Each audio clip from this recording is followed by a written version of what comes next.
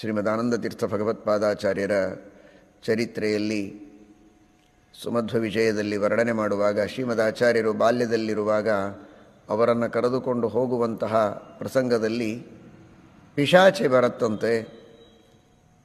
ಅದು ಶ್ರೀಮದಾಚಾರ್ಯರನ್ನು ನೋಡಿ ಭಯಭೀತವಾಗಿ ತಾನೇ ರಕ್ತವನ್ನು ಕಾರಿಕೊಂಡು, ಈ ಮಗು ಇದೆ ಅನ್ನುವುದಕ್ಕೆ ನಿಮ್ಮನ್ನೆಲ್ಲ ನಾನು ಸುರಕ್ಷಿತವಾಗಿ ಬಿಟ್ಟಿದ್ದೇನೆ. ಒಂದು ವೇಳೆ ಈ ಮಗು ಇರಲಿಲ್ಲ, ಯಚ್ಛಕ್ತಿ ಗುಪ್ತಿ ರಹಿತಾನಲಮಸ್ಮಿ ಹಂತುಂ ಲೋಕೇಶ್ವರ ಸಬತ ಬಾಲತಮಃ ಕಿಲೀತಿ. ಎಲ್ಲ ಬಹಳ ದೊಡ್ಡ ಆಶ್ಚರ್ಯ ಅಂತ ಹೇಳಿದ ಕಥೆ ಅಲ್ಲ, ಇದು ಬಹಳ ಸಣ್ಣದು ಶ್ರೀಮದಾಚಾರ್ಯರ ದೃಷ್ಟಿಯಲ್ಲಿ.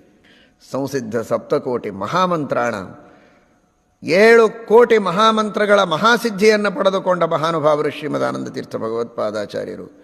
ಸರ್ವದಾ ಆ ಭಗವಂತನ ಮಹಾಸನ್ನಿಧಾನಕ್ಕೆ ಪಾತ್ರರಾದವರು, ಸ್ವಯಂ ಜೀವೋತ್ತಮರು. ಪರಮಾತ್ಮನ ಅನಾದಿ ಅನುಗ್ರಹದಿಂದಲೇ ಎಲ್ಲ ದುಷ್ಟ ಶಕ್ತಿಗಳನ್ನು ಮೆಟ್ಟಿ ನಿಂತ ಮಹಾನುಭಾವರು ವಾಯುದೇವರು.